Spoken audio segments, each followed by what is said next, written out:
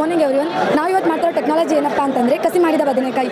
ಈಗ ನಾರ್ಮಲ್ ಆಗಿ ರೈತರು ಏನು ಬೆಳೀತಾರಲ್ಲ ನಾಡು ಬದನೆ, ಅದು 4 ರಿಂದ 5 ತಿಂಗಳು ಮುಂಗಾರಲ್ಲಿ ಅಷ್ಟೇ ಬೆಳೀತಿರ್ತಾರೆ. ಈ ಕಸಿ ಮಾಡಿದ ಬದನೆಕಾಯಿ ಗಿಡ ಏನಾಯ್ತಲ್ಲ, ಅದು 4 ರಿಂದ 5 ವರ್ಷ ತನಕ ವರ್ಷ ಪೂರ್ತಿ ನಿಮಗೆ ಇಳುವರಿ ಕೊಡುತ್ತೆ. ಇದನ್ನು ಯಾವ ಥರ ಮನೆಯಲ್ಲೇ ಫಾರ್ಮರ್ಸ್ ಈಸಿಯಾಗಿ ನಾವು ಕಸಿ ಮಾಡಿ ಅದನ್ನು ಬೆಳ್ಕೋಬಹುದು ಅನ್ನೋದನ್ನ ನಾವು ಇವತ್ತು ನಿಮಗೆ ಎಕ್ಸ್ಪ್ಲೇನ್ ಮಾಡ್ತಾ ಇದ್ದೀವಿ. ಇದು ನೀವು ನಾರ್ಮಲ್ ಆಗಿ ರೋಡ್ ಸೈಡಲ್ಲಿ ಕಸ ಅಂತ ಬೆಳೆದಿರ್ತೀರಾ. ಇದನ್ನು ಸ್ವಲ್ಪ ಜನ ಫಾರ್ಮರ್ಸ್ ನಾಯಿ ಬದನೆ ಅಂತ ಕರೀತಾರೆ ಅಥವಾ ಸುಂಡಿ ಬದನೆ ಅಂತ ಕರೀತಾರೆ. ನಾವು ಇದನ್ನ ಕಾಡು ಜಾತಿ ಬದನೆ ಗಿಡ ಅಂತ ಕರಿತೀವಿ.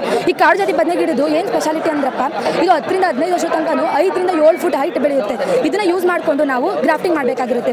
ಈ ಕಸಿ ಮಾಡೋದು ಹೆಂಗಪ್ಪ ಅಂತಂದರೆ, ಈಗ ನಾರ್ಮಲ್ ಆಗಿ ಕಸಿ ಮಾಡಿ ಇದು ವೈಟ್ ಸ್ಪೀಸಸ್ ಏನಿರುತ್ತಲ್ಲ ಅದು ತುಂಬ ಹೈಟ್ ಬೆಳೆದಿರುತ್ತೆ. ಅದರಲ್ಲಿ ನಾವು ಒಂದು ಸ್ಟೆಮ್ ಪೆನ್ಸಿಲ್ ಸೈಜ್ ಥಿಕ್ನೆಸ್ ಇರುತ್ತಲ್ಲ, ಒಂದು ಸೀಸ್ ಗಡ್ಡಿ ಗಾತ್ರದನ್ನ ಕಟ್ ಮಾಡ್ಕೊಂಡು ತೊಗೊಂಡ್ಬಂದು ಒಂದು ಪಾಲಿಥಿನ್ ಬ್ಯಾಗ್ ಹಾಕಿ ಗ್ರೋ ಮಾಡಬೇಕು. ಈ ಥರ ಗ್ರೋ ಮಾಡಿ 1 ಮಂತ್ ತನಕ ಗ್ರೋ ಮಾಡಬೇಕು.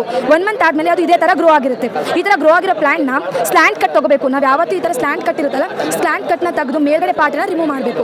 ಮೇಲ್ಗಡೆ ಪಾರ್ಟ್ನ ರಿಮೂವ್ ಮಾಡಿ 2 to 3 ಸೆಂಟಿಮೀಟರ್ ಅಥವಾ 1.25 ಇಂಚ್ ಆಗಿ